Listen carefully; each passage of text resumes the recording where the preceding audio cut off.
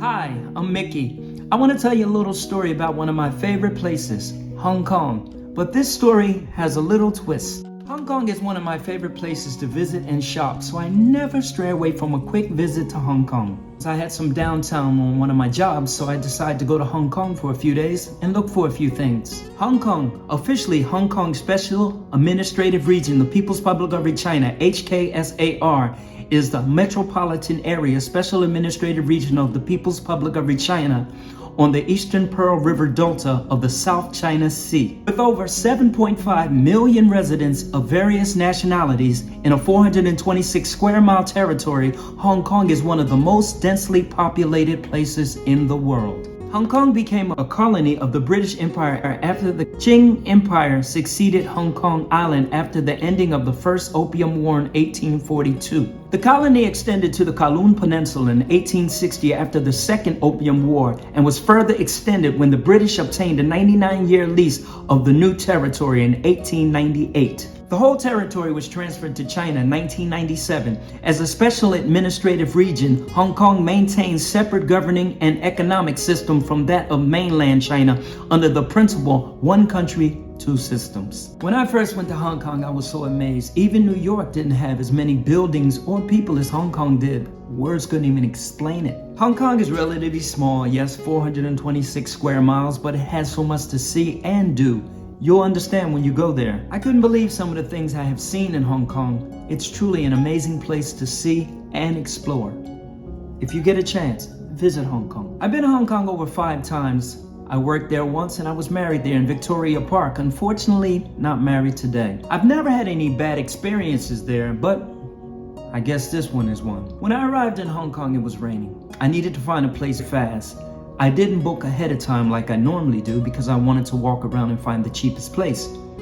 If you see a place in person, it's better for you. So that's what I expected, but I needed to find a place fast because of the rain. I was in Kowloon, which is another side of Hong Kong. In another video, I'll tell you more about this amazing place when I go to the night market in Mong Kok. See, Hong Kong has many hotels, small little hotels where a lot of foreigners stay and hang out till late.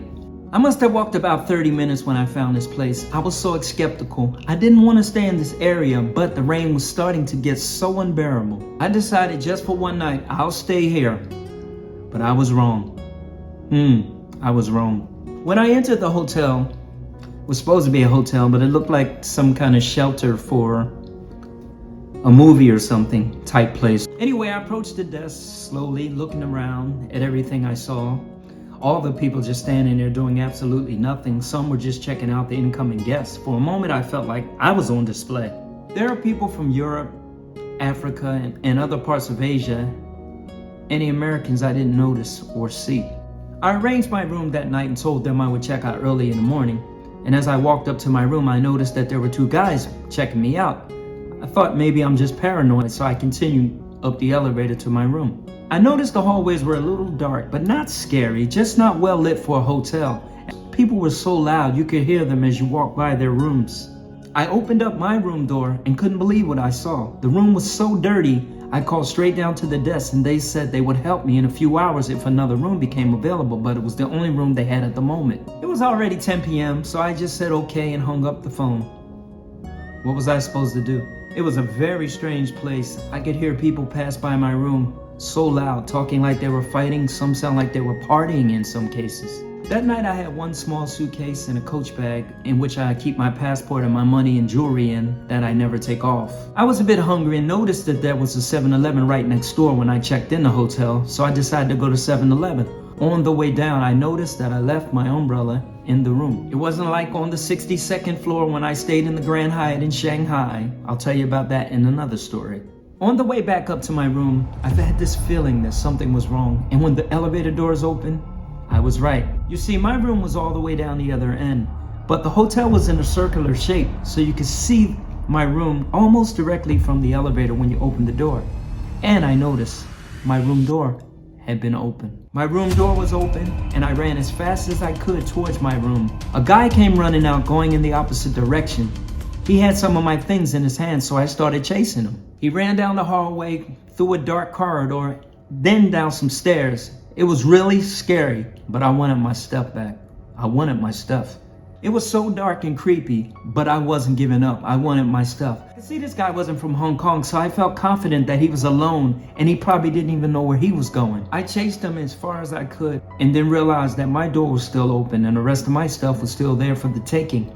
So I stopped chasing him. I went back to my room immediately, complained to the front desk. They sent the police and the police said there's nothing they can do because the hotel didn't have cameras or security guards. For real? I took my bags and called a taxi and left that place after I got my money back from the front desk. It was definitely a night to remember.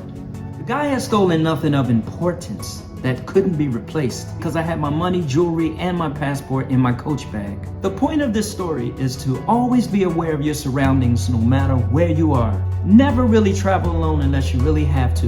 Nothing is more important than your life. Don't chase someone who takes something from you because you can always get it back. Plus, you never know if that person's crazy or if they have a weapon. Property you can get back, but your life can never be returned. I still love Hong Kong. This incident didn't change anything about my feelings for Hong Kong. Just one thing, I'll never stay in that place or go back to that area again. More Hong Kong stories soon. But I wanted to say, if you ever get a chance to visit Hong Kong, it's worth the trip. Something you should see. The buildings are amazing, the culture is rich and very interesting. Visit Hong Kong. The food is great, so many more things to see. Tell you more about it in my other visits to Hong Kong soon in my upcoming stories. Very soon. As I said before, I worked in Hong Kong at a hotel called the Renaissance. We had an incredible view by the harbor. We worked there only for a few weeks. If I remember correctly, Hong Kong is awesome. A must-see. To believe. Thanks for watching and listening to my stories today. I've traveled for many years and I'll tell you more about my travels in my future videos. Remember, treat people the way you want to be treated. Live life, love life. God bless. I'm Mickey. Till next time, this is Around the World. Spread love.